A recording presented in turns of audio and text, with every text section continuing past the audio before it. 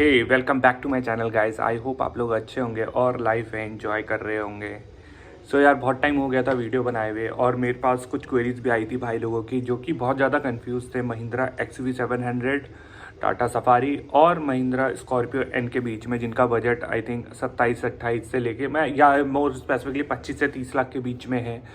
और वो एक बड़ी SUV खरीदना चाहते हैं फैमिली के लिए, जो कि 6 सीटर या 7 सीटर के लिए होगी।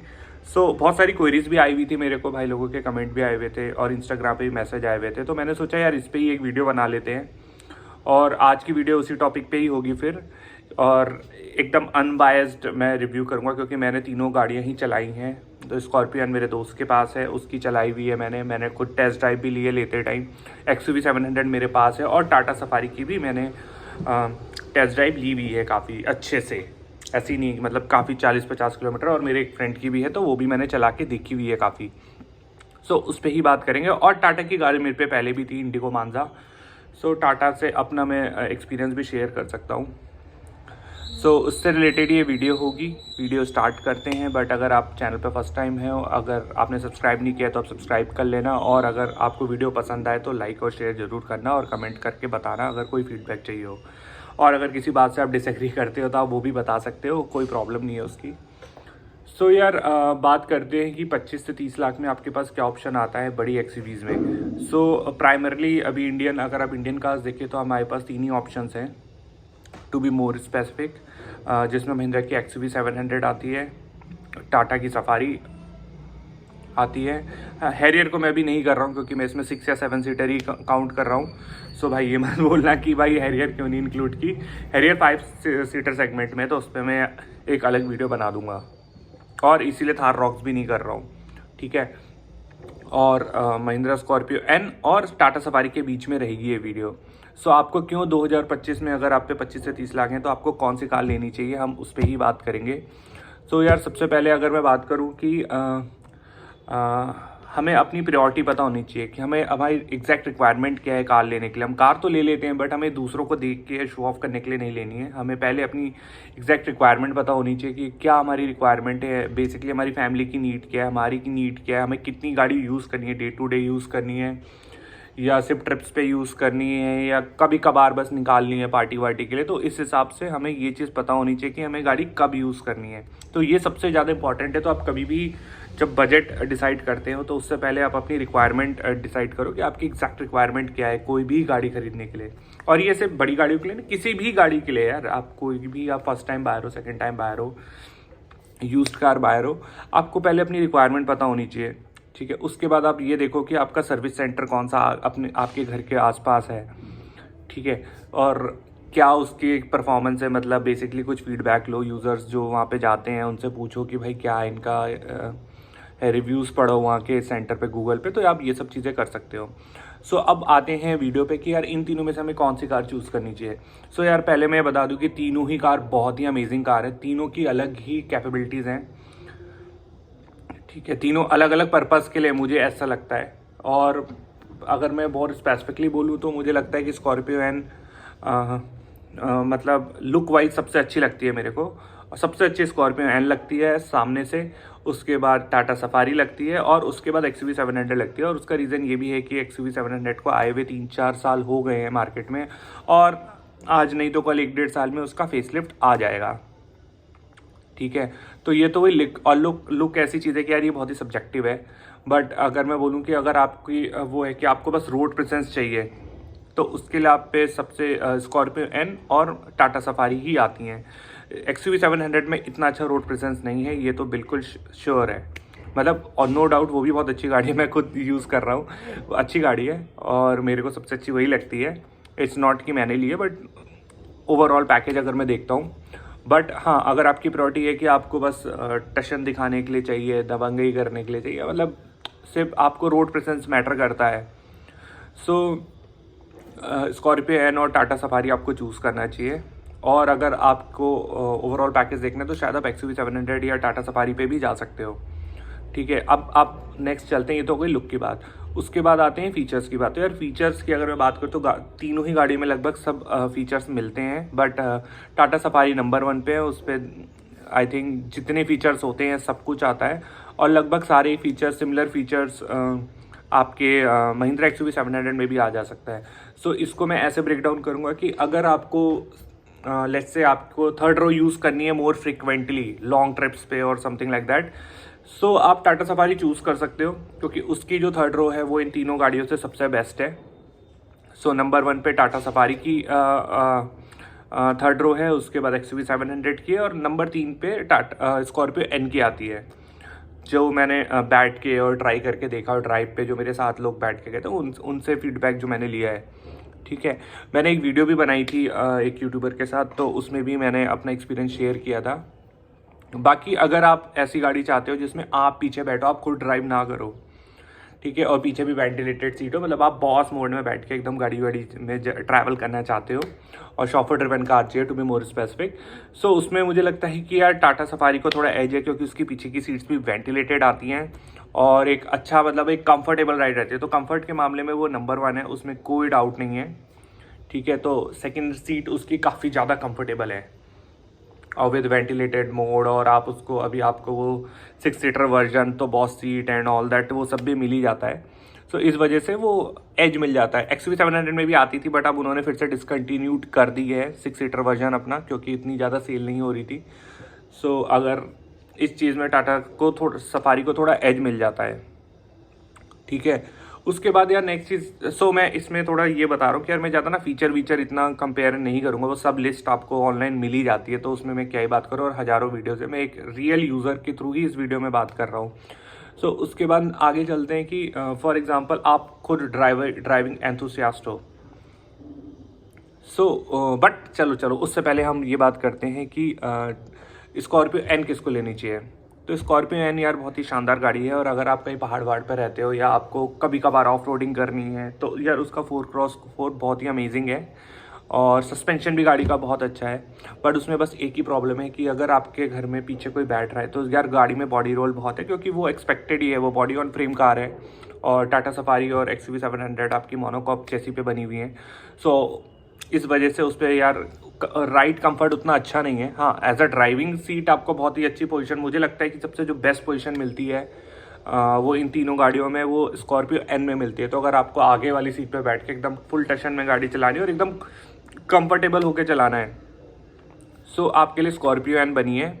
और आपको ऐसा नहीं कि भगाना है, बट ये कभी कभार ऑफ रोडिंग या ये सब कुछ चीज़ें करनी है तो ये कर सकते हैं। और दूसरी चीज़, ये गाड़ी रियल व्हील ड्राइव आती है, सो कहीं भी इतना ईजिली स्टक नहीं होती है जितना फ्रंट व्हील ड्राइव गाड़ी स्ट्रगल करती हैं। ठीक है, सो ये प्रॉब्लम रहती है इसके साथ। अब इसके बाद आते हैं कि फॉर एग्जांपल आपको अच्छा, एक चैलेंज मेरे को टाटा सफारी में ये मिला था कि यार जब मैं अपनी सीट, सो मेरी हाइट है 5 फीट 8 इंच, और जब मैं इसके अकॉर्डिंग अपनी हाइट एडजस्ट कर रहा था, सो मेरा जो नी है वो डैशबोर्ड से टच हो रहा था। और ये एक बहुत ही कॉमन प्रॉब्लम है टाटा सफारी में और हैरियर में भी, जिसमें आपके नीज जो हैं वो मतलब डैशबोर्ड से टच होते हैं, स्टीयरिंग के नीचे वाले डैशबोर्ड से। सो यार वो ना बहुत ही अनकम्फर्टेबल हो जाता है। ठीक है, मतलब सीरियसली बता रहा हूँ, बहुत अनकंफर्टेबल होता है। आप भी अपनी चीज़ एकदम टॉप पे करके देखना। और सेकंड चीज़, जब आप एकदम टॉप पे करते हो तो जो आपका हेड है वो बेसिकली रूफ से टच होने लग जाता है। सो ये थोड़ी सी एक ये चीज़, मतलब थोड़ी नहीं है, तो मेरे लिए तो ये बहुत बड़ा डिसाइडिंग फैक्टर था, वरना मैंने शायद टाटा सफारी भी कंसिडर कर ली होती। बट ये एक बहुत बड़ा प्रॉब्लम था उसके अंदर कि भाई आपकी नी टच होती है, और अगर आप बहुत ज़्यादा सीट अप करते हो तो बेसिकली आपका हेड भी टच होने लग जाता है। मतलब यू फील डिस्कम्फर्ट है अगर आपको मतलब गाड़ी में ऐसे बोतल लगा के, पानी की बोतल लगा के पीना है तो भाई प्रॉब्लम हो जाती है। सो ये एक थोड़ा सा था डिस्कम्फर्टेबल वाला। बट यस, अगर आपको पीछे बैठ के चलाना है तो गाड़ी बहुत अच्छी है। बाकी बात करते हैं हम XUV 700 की, जो कि इसमें सबसे कम बोल्ड लगती है और सबसे अंडररेटेड मेरे को लगती है लुक वाइज।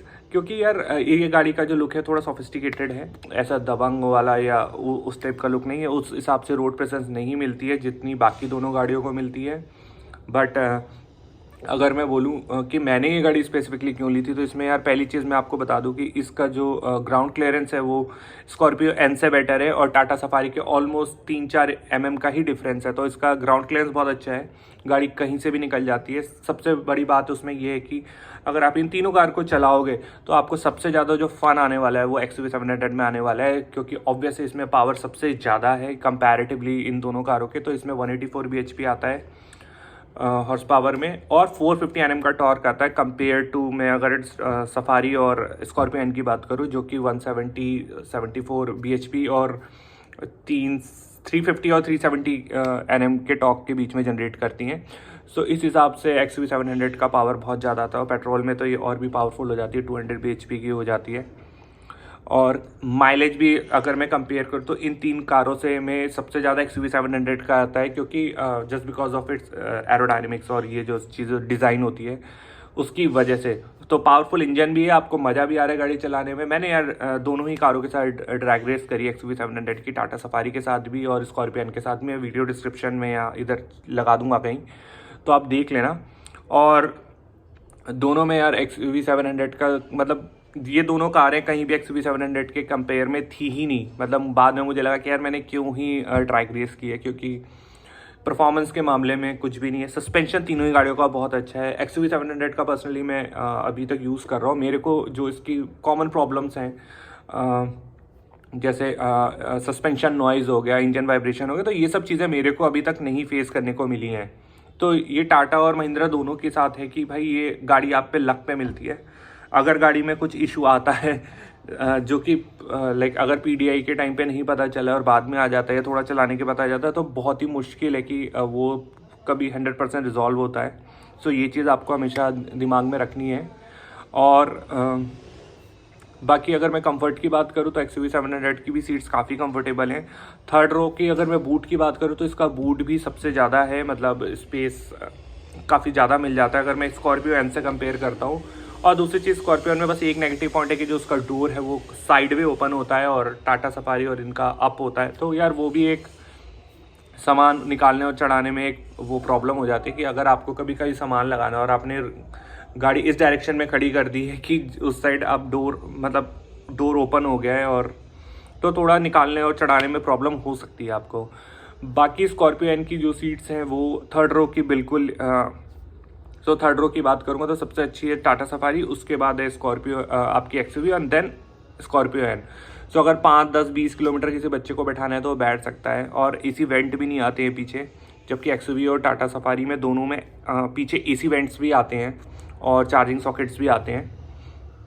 सो ये थोड़ा सा कंफर्टेबल हो जाता है कंपेयर टू स्कॉर्पियो एन। तो भाई अगर आप महिंद्रा की ही गाड़ी चूज़ कर रहे हो और आपको 6 सीटर भी यूज़ करना है, तब तो आप पे सिर्फ एक ही ऑप्शन बचता है XUV 700। और अगर आपको टाटा सफारी और XUV 700 में कोई वो लग रहा है कि यार कौन सी लेनी है, सो बेसिकली उसमें आप फीचर्स चाहिए तो भाई टाटा सफारी नो डाउट। और अगर आपको फीचर्स के साथ परफॉर्मेंस चाहिए, कंफर्ट चाहिए, तो कंफर्ट तो वैसे टाटा सफारी में भी अच्छा ही है। तो फीचर के साथ कंफर्ट और परफॉर्मेंस एक प्लस पॉइंट हो जाता है। सो वो चाहिए तो आप XUV 700 भी चूज़ कर सकते हो, जो कि एक बहुत अच्छा ऑप्शन है। और उसके बाद अगर आप ये कंफ्यूज हो कि यार स्कॉर्पियो एन और टाटा सफारी में से कौन सी ली जाए, तो यार उसमें आपको देखना पड़ेगा कि आपकी रिक्वायरमेंट बेसिकली क्या है। अगर आपको एज अ 6 मतलब आपकी गाड़ी में आप 5 से ज़्यादा लोग बैठते हैं तो फिर आपके लिए टाटा सफारी ज़्यादा बेटर है। और अगर आपको ऐसा है कि आपको गाड़ी कहीं डिफरेंट ऑप्शंस में चाहिए कि यार पावर भी चाहिए, 4x4 भी चाहिए, पेट्रोल भी चाहिए, तो वो आपको स्कॉर्पियो एन में ही मिल पाएगा, वो टाटा सफारी में नहीं मिल पाएगा। ठीक है। और XUV 700 अगर आप इन दोनों में कंफ्यूज हो तो भाई मैं आपको ये रिक्वेस्ट करूंगा कि आप एक बार XUV 700 भी देखो। वो गाड़ी लुक वाइज इतनी अपीलिंग नहीं है, बट वो उसमें काम के सभी फीचर है, ऐसा कोई फीचर नहीं है उसमें नहीं है। एडास वेडास मैं काफ़ी यूज़ कर चुका हूँ, सो उसकी बहुत ही ज़्यादा रिलायबल है, इंजन काफ़ी रिलायबल है गाड़ी का, रीसेल वैल्यू भी बहुत अच्छी है। वैसे महिंद्रा की गाड़ी की कंपैरेटिवली टाटा की कार से ज़्यादा अच्छी रीसेल वैल्यू होती है, ये मैं आपको बता दूं। मैं खुद एक टाटा ओनर रह चुका हूं, सो इसलिए मैं बता रहा हूं। ठीक है। उसके बाद रीसेल वैल्यू हो गई, इंजन भी थोड़ा सा बेटर है भाई। महिंद्रा का इंजन अगर मैं टाटा के इंजन से कंपेयर करूँ तो बहुत ही ज़्यादा बेटर है, स्मूथ है और रिलायबल है। ठीक है। और टाटा का ही नहीं है। बाकी सर्विस का तो यार मैं बोलूँ दोनों की ही बेकार है। ये आपका लक है कि आपको कौन सा सर्विसमैन मिल जाता है और कहाँ पे अच्छी सर्विस है, कहाँ पे बेटर सर्विस है। बट अगर दो बेकार सर्विसेज में मैं से चूज़ करूँ तो महिंद्रा का तब भी थोड़ा सा बेटर है कंपेयर टू अगर मैं टाटा को बेंचमार्क लूँगा तो टाटा का सबसे आफ्टर सेल सर्विस सबसे बेकार है। मेरे कुछ फ्रेंड्स से भाई, उनकी टाटा के नेक्सॉन है, उसमें सिंपल बॉल बेरिंग के इश्यूज़ आए हुए थे। और मतलब मैं बैठा था, मैंने बता दिया कि भाई इसमें बॉल बेरिंग का इशू लग रहा है, बट वो सेम चीज़ टाटा का बंदा जो सर्विस सेंटर का है, हमने उसको नहीं बताया और वो उसको डीबग ही नहीं कर पाया। ठीक है, उसने सब कुछ चेंज कर दिया, उसको कुछ भी समझ में नहीं। फिर हमने बोला यार इसके बॉल बेरिंग चेंज करो, सही हो जाएगी। तो उसके बाद वो सही हो गई। सो आप सोच सकते हो कि, और मतलब ऐसा नहीं कि सब ऐसे ही हैं, बट मैं आपको एक बता रहा हूँ कि स्किल वाइज थोड़ा सा प्रॉब्लम है टाटा में अभी करंटली। तो अगर आप इंडियन कार ही बाय करने का सोच रहे हो और आपको थोड़े से कम इश्यूज़ चाहिए तो आई थिंक महिंद्रा। बाकी तो यार तीनों ही कार बहुत अच्छी हैं। और मतलब इश्यूज़ तो किसी में भी आ सकते हैं और उसका फिर कोई मतलब वो कम हो सकते हैं बट सॉल्व होते नहीं हैं। सो ये प्रॉब्लम रहती है इन गाड़ियों के साथ। बाकी अगर आप लॉन्ग टर्म देख रहे हो, आपको पेट्रोल भी चाहिए, सो आपके पास फिर टाटा का तो कट ही हो जाता है अगर आप दिल्ली एनसीआर में रहते हो। और यू नेवर नो डीजल पे कब बैन वैन लग जाता है। सो ये सब चीज़ें भी आपको देखनी पड़ेगी गाड़ी लेते हुए। सो इसलिए मैं बोलता हूँ कि यार पहले आपको अपनी रिक्वायरमेंट क्लियर करनी चाहिए और उसके बाद आप सोचो कि आपको क्या करना है। भाई थोड़ी बहुत बैकग्राउंड नॉइज़ आ रही होगी, इलेक्शंस चल रहे हैं यहाँ पे ऋषिकेश में, तो इग्नोर कर देना। बाकी यार आज की वीडियो में बस इतना ही। अगर आपके कुछ क्वेश्चंस हैं, कुछ क्वेरीज है तो फील फ्री टू कमेंट, मैं सबको रिप्लाई करूँगा। बाकी अपना ख्याल रखो।